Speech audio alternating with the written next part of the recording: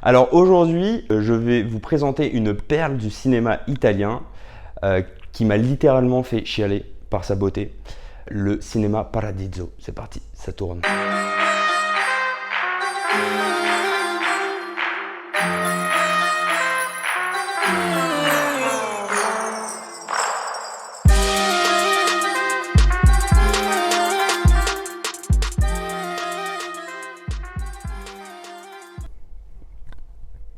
Alors la chaîne Bébé Ciné, pourquoi j'ai voulu lancer cette chaîne?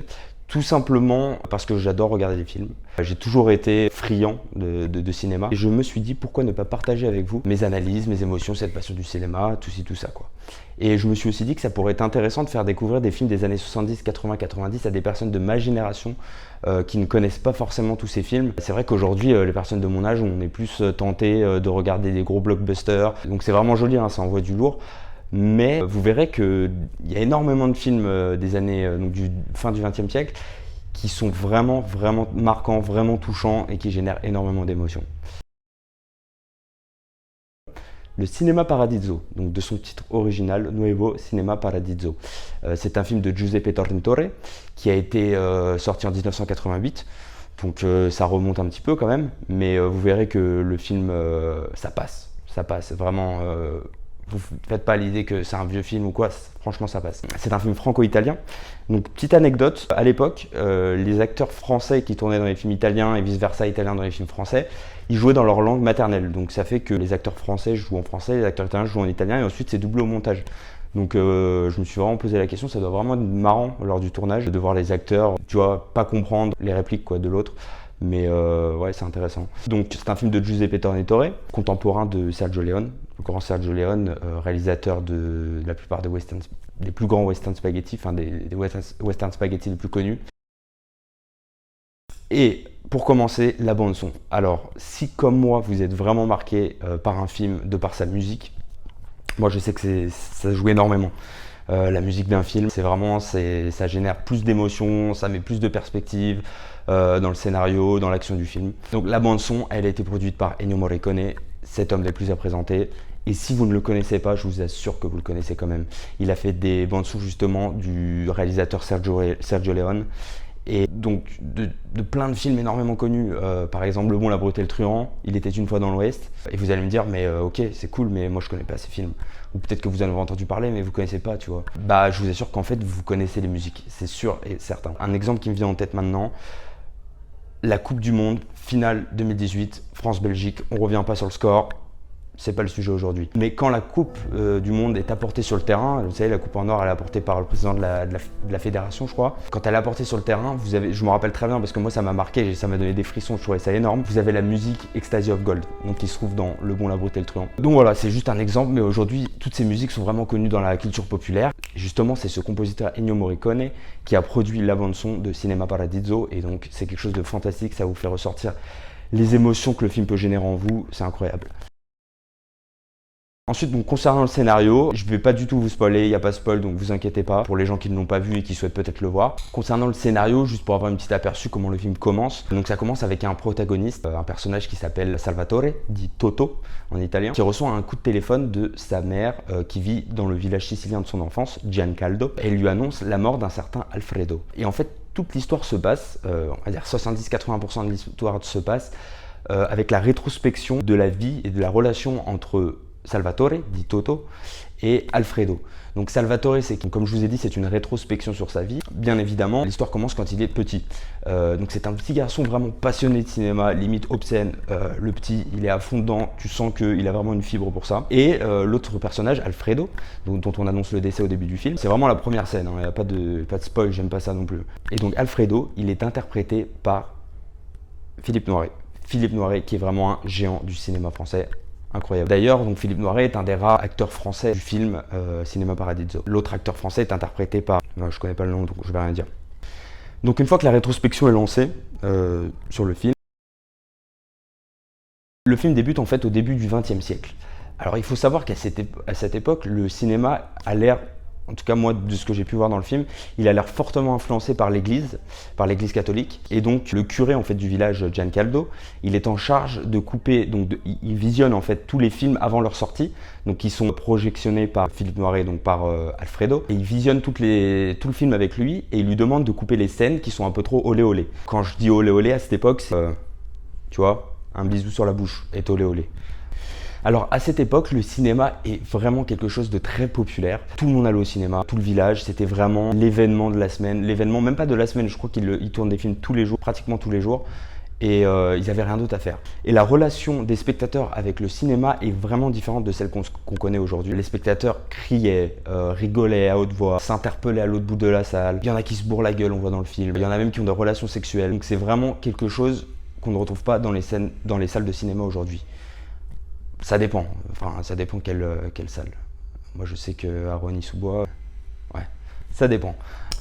Une autre chose intéressante que j'ai remarqué, c'est que le cinéma en fait il est divisé en deux parties. Vous avez la partie haute, qu'on appelle les balcons en fait, qui est réservée pour les familles les plus aisées. Et vous avez la partie basse, donc, que tout le monde connaît, qu'on appelle le parterre. Donc c'est vraiment quelque chose d'intéressant et ça m'a fait énormément penser au théâtre à l'époque, donc vraiment les débuts du théâtre, quand c'était vraiment quelque chose de plus populaire, où les gens criaient, chahutaient, pareil, donc la même chose qu'on voit dans le début du cinéma italien. Et aussi cette architecture en fait de la salle de cinéma. Donc c'est quelque chose vraiment d'intéressant à remarquer. Une autre chose, c'est que le Cinema Paradiso, donc le nom de la salle de cinéma du village dans le film, se trouve en fait sur la place principale du village. Alors pourquoi je vous dis ça? Parce qu'en fait avec l'évolution des personnages, l'évolution du film, on voit que le cinéma évolue lui aussi. Tous les personnages, même le personnage secondaire, tout évolue et ça crée une certaine nostalgie, une certaine perspective dans le temps. Et d'ailleurs on a un point d'ancrage que j'ai remarqué, parce que le film j'ai vu une deuxième fois, bien noter, bien comprendre un peu tous les détails. Vous avez un point d'ancrage, c'est le fou lisieux du village, donc on en a tous un, moi je sais que j'en avais un dans ma ville, donc toutes les villes, tout le monde a au moins un fou, c'est sûr et certain. Et donc il y a le fou du village et il est toujours là et il dit toujours la même réplique, cette place est à moi, cette place est à moi. Alors une autre chose intéressante qu'on peut noter dans le film, c'est qu'à l'époque, les films étaient tournés sur des bobines de 35 mm qui permettaient en fait d'enregistrer un film seulement 40 minutes. Et en fait, les bobines arrivaient en deux parties. Il y avait deux bobines, comme le petit logo là, qui s'affiche ici, là, Bébé Ciné. Et en fait, chaque bobine permettait d'enregistrer 20 minutes. Et fallait changer la bobine pour pouvoir regarder la suite du film. Et vous avez énormément de scènes en fait qui montrent les contraintes, les difficultés liées à ces bobines. On voit aussi apparaître l'arrivée de la télévision.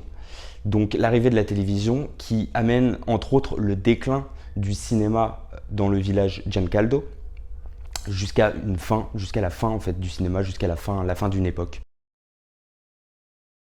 Alors une scène qui m'a vraiment marqué, si on ne prend pas en compte la fin, car je ne vais pas vous spoiler.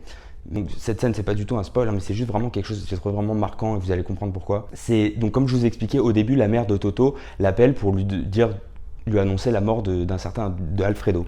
Et donc forcément, un jour ou l'autre, Toto revient au village pour aller voir sa mère. Donc la mère, au moment où Toto vient sonner à la porte, elle est en train de coudre un petit manteau en laine et elle se lève pour aller lui ouvrir et en fait le fil à coudre reste accroché en fait à son manteau et donc ça fait que quand elle se lève, elle se déplace pour aller le voir, le manteau en laine se découd.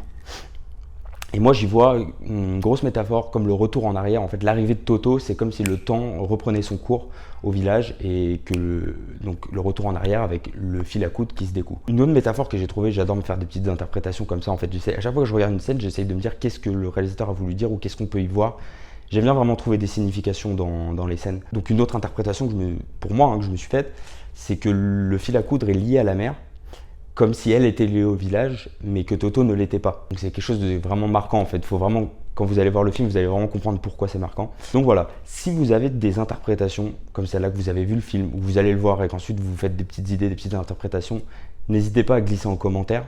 Et vous me dites qu'est-ce que vous avez pensé du film, des petites interprétations que vous avez pensé.